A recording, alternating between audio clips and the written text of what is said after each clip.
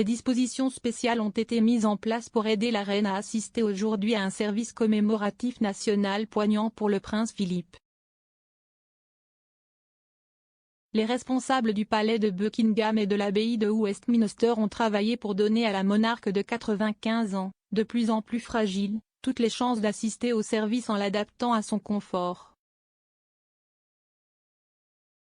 Le service a été limité à 40 minutes au lieu d'1 heure et la reine, qui prendra une décision finale ce matin quant à savoir si elle se sent suffisamment mobile pour assister à son premier engagement officiel à l'extérieur d'une résidence royale depuis octobre de l'année dernière, siégera dans une chaise confortable tandis que d'autres dans la congrégation se tiennent debout pour des hymnes. Elle sera amenée par une entrée latérale à côté du coin des poètes de l'abbaye de Westminster et marchera, éventuellement à l'aide d'une canne, jusqu'à sa place pour éviter la marche beaucoup plus longue de la grande porte ouest à l'extrémité de la nef où la famille royale s'asseoir. Les responsables avaient discuté de lui apporter un siège plus confortable, mais il a été décidé hier qu'elle s'assiérait dans l'une des 2 chaises du Canada toujours utilisées par le souverain ou le membre le plus ancien de la famille royale lors des services à l'abbaye. Les chaises de style vénitien fabriquées à partir de bouleaux canadiens et présentées par le Canada Club à l'abbaye en 1949 à la mémoire des Canadiens tombés pendant la Seconde Guerre mondiale, sont dotées de coussins confortables pour atténuer tout inconfort qu'elle pourrait ressentir. La reine a été étroitement impliquée dans les plans du service, qui comprendront de nombreux éléments reflétant ses souhaits ainsi que ceux du duc d'Édimbourg, dont le plan pour ses propres funérailles a dû être abandonné en avril de l'année dernière en raison des restrictions de Covid-19. À l'abbaye de Westminster, où il a fait des promesses qui ont défini une vie de devoir volontaire et de service fougueux, nous rendons grâce à son Altesse royale le prince Philippe, duc d'Édimbourg, dira le doyen de Westminster, le très révérend David Doyle. Un homme d'une capacité et d'une distinction rares, honoré et célébré à juste titre, il a toujours détourné notre attention de lui-même. Il a mis le privilège au travail et a compris son rang comme une incitation au service.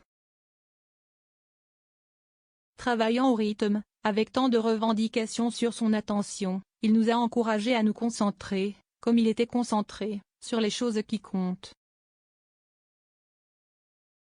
C'était une discipline et un caractère qui saisissaient les opportunités et surmontaient les obstacles et les difficultés. Nous rappelons, avec affection et respect, l'offrande soutenue d'une longue vie pleinement vécue. La reine, si, comme prévu, elle est jugée suffisamment en forme pour y assister, sera rejointe par un grand groupe de membres de la famille royale.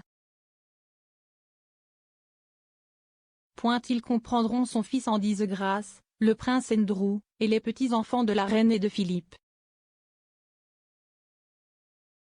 Il est entendu que certains des arrière-petits-enfants plus âgés de la reine et de Philippe pourraient également être présents, mais leur présence n'a pas encore été définitivement confirmée.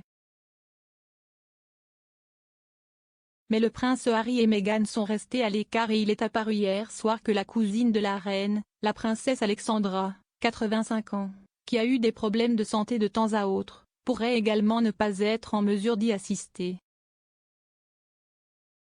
Un grand groupe de parents de Philippe du côté allemand de sa famille arrive et environ 30 membres de la famille royale étrangers qui étaient attendus aux funérailles du duc avant que Covid n'ait un nombre considérablement limité, y assisteront. Parmi les invités figurent le prince Albert de Monaco, la reine Margrethe du Danemark, le roi Harald et la reine Sonia de Norvège, ainsi que le roi d'Espagne Felipe V et la reine Laetitia, qui auraient tous figuré à l'origine sur la liste des invités pré-pandémiques. La reine a prévu plusieurs événements privés différents à Londres et à Windsor pour divertir les invités autour du service commémoratif. Ainsi, même si elle se réveille ce matin et que sa mobilité est si restreinte qu'elle se sent incapable de se rendre dans la capitale, elle pourra rencontrer certains des invités à Windsor. Sir David Attenborough, Dame Floella Benjamin, la baronne Grey Thompson et des membres de l'armée qui ont participé aux funérailles de Philippe, dont le pipe-major color sergent Peter Grant et le grenadier Guardsbearer Party, seront parmi les invités avec 500 représentants de ces parrainages. Et les organismes de bienfaisance. Parmi les plans qui ont dû être abandonnés lors des funérailles de l'année dernière, les jeunes détenteurs du prix du Duc d'Or d'Édimbourg et les membres des associations de jeunes de la UK Cadet Force aligneront les marches de l'abbaye à l'arrivée des invités. Les souhaits exprès du duc pour que la congrégation rejoigne et chante l'hymne entraînante Guide me, O to Great Redeemer, et que le clergé de Windsor, Sandringham et Balmoral jouent un rôle spécial seront finalement exaucés aujourd'hui. Philippe, qui a travaillé sur ses propres détails funéraires, nom de code Forsebridge, pendant de nombreuses années, avait demandé au chœur de chanter le Te Deum en ut de Benjamin Britten, et cela fera partie des débats d'aujourd'hui. Un hommage spécial sera lu par doyen Sonny Barr, de Londres, 28 ans, qui détient ses prix de bronze, d'argent et d'or du duc d'Édimbourg, sur l'héritage et l'impact du programme pour les jeunes que Philippe a mis en place en 1956.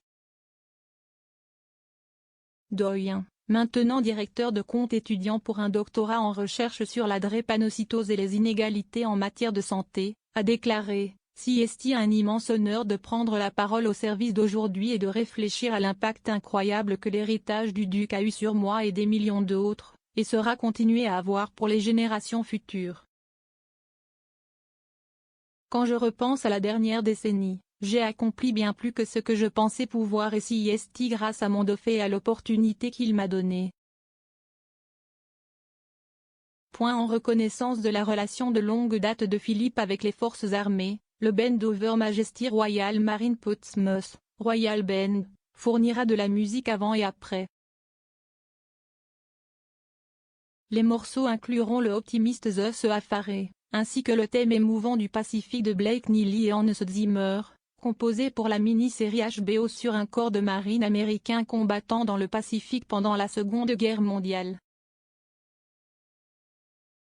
Philippe a servi comme premier lieutenant sur le destroyer HMS Welp dans le Pacifique, où il a aidé à sauver 2 aviateurs en 1945 dont le bombardier s'est écrasé dans l'océan lors de l'opération alliée Meridian II contre les Japonais.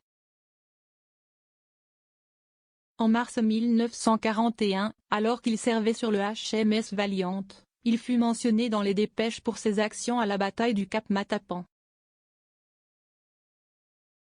Les fleurs de l'église seront dans des tons de rouge patriotique, de blanc et de bleu, avec des arrangements plus grands avec de l'éryngium bleu, connu sous le nom de houx de mer, un clin d'œil à la carrière du duc dans la Royal Navy et à son affection de toujours pour la mer. Les petits bouquets comprendront des orchidées d'androbium blanches, qui sont apparues dans le bouquet de mariage de la princesse Elisabeth lorsqu'elle a épousé Philippe en 1947.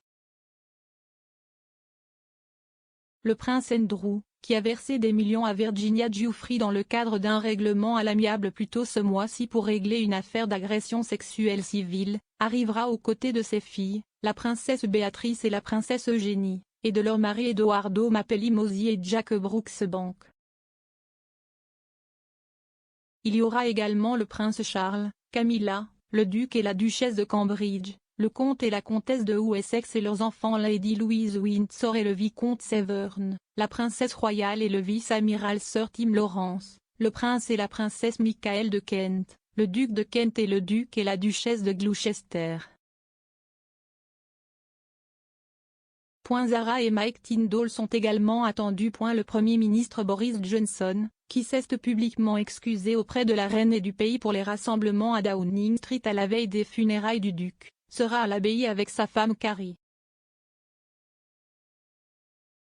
La police métropolitaine enquête sur les allégations de soirées alcoolisées qui ont brisé le verrouillage au n°10.